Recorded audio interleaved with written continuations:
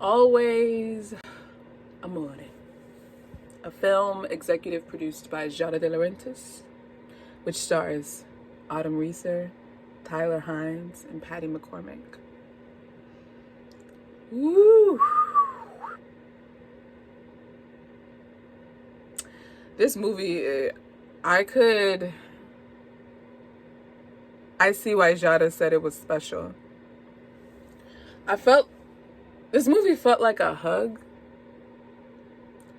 Besides the fact that it's another Italian movie, and I still want to be adopted by a nonna. Let's just be clear. Let's just put that out there. I'm still trying to be adopted by a nonna. Somebody got a nonna that they want. If they need another grandchild, I'm here.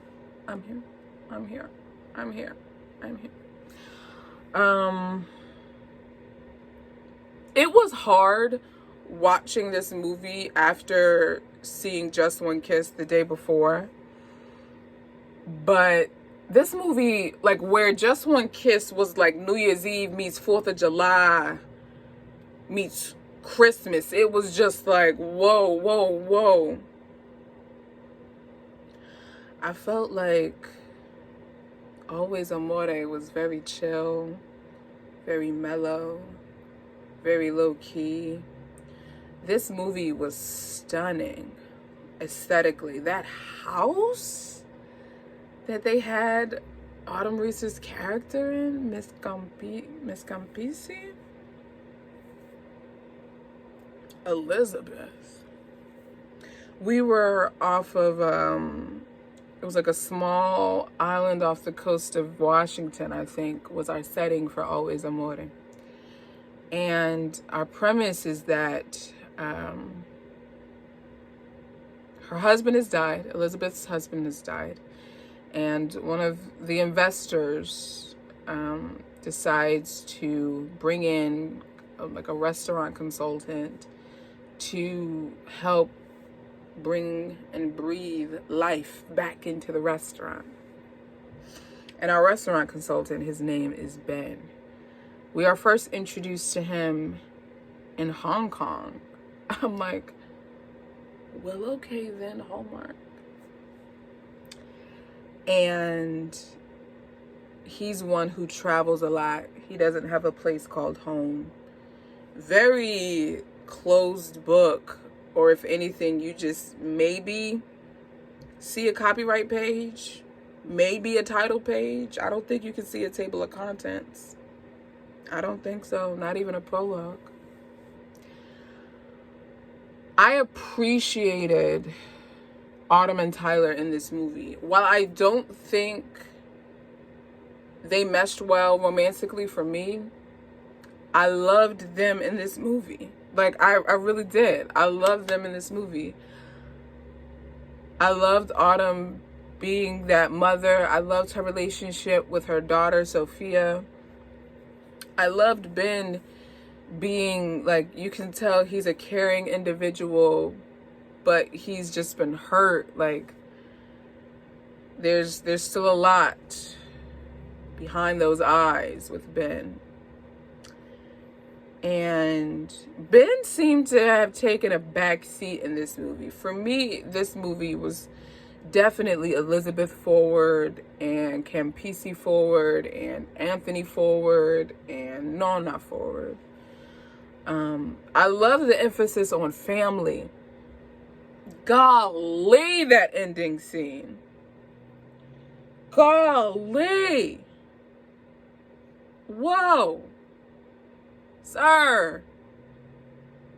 I definitely want to see Tyler in more movies and mystery movies. I need y'all to give him a smooth one a year. Maybe even 2.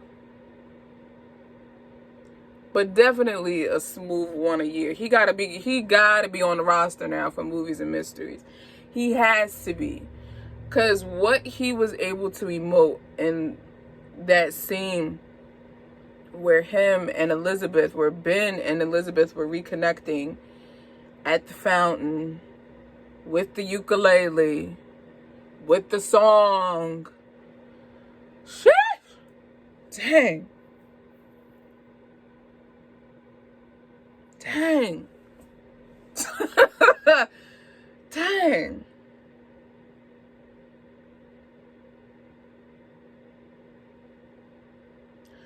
Autumn,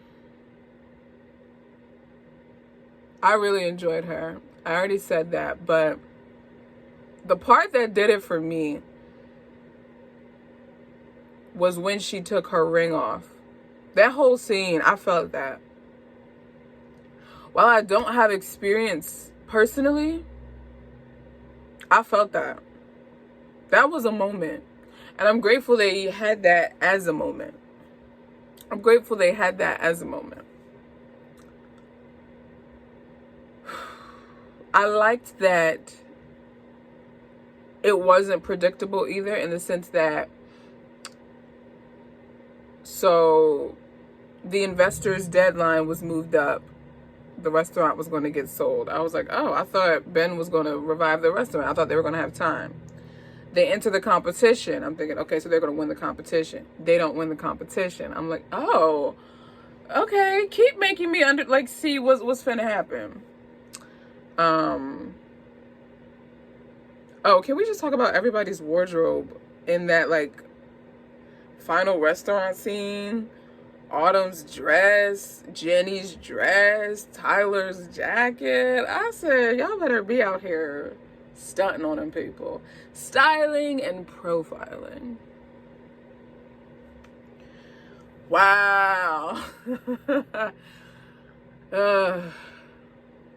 I would want y'all to watch this movie for sure. This is definitely a different Tyler than we've seen in other movies, for dang sure. This is another one was I'm like, bro, you for real, were you really acting? Be full on, for real. Cause the dude was too, Ben was mad mellow and chill and low key. He seemed very he put his hands behind his back a lot. Very it's bro, you just out here chilling, and I loved it. Sidebar, can we just talk about how gorgeous Autumn Reese's eyes are? I never noticed it until this movie. I don't know. Loved it. She's just gorgeous in general. Oh, I do want to mention, leading up to this movie, a few people were like, this sounds a lot like Love on the Menu. You should watch Love on the Menu and to see. So I actually did watch Love on the Menu before, a few hours before this came on. I was twisting my hers, right? I was like, let me watch Love on the Menu. This is nothing like Love on the Menu. Two completely different premises.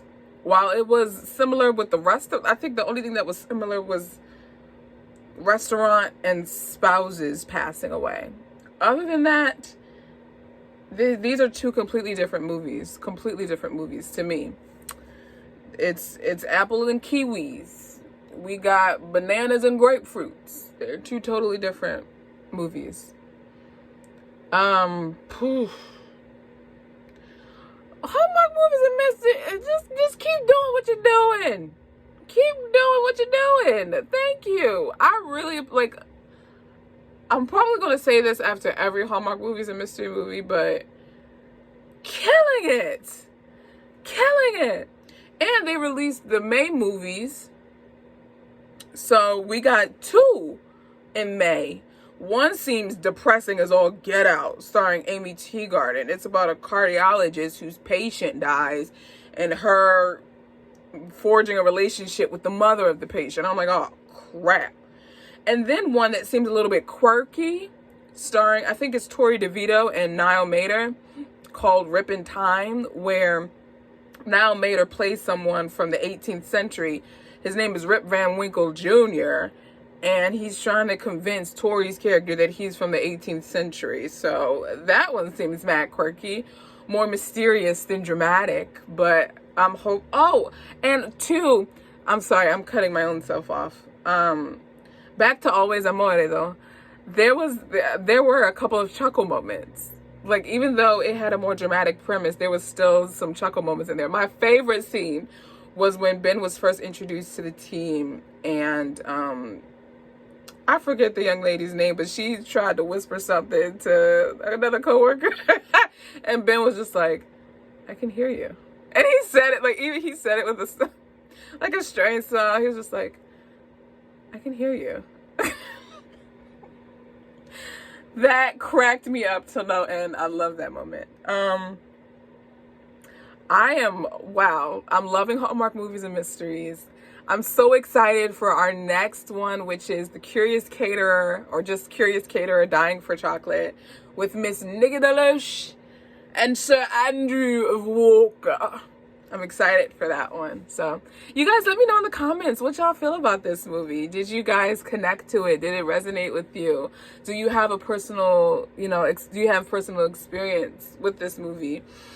What did you think about Tyler and Autumn in a movies and mysteries type movie? Like, let's just talk in the comments, and be sure to subscribe if you haven't already to both the podcast and the YouTube channel, and follow Dear Hallmark on Instagram. All of the links will be in the description box. I love y'all, and I will talk to y'all next week when we talk about A Royal Runaway Romance and Curious Caterer. Bye.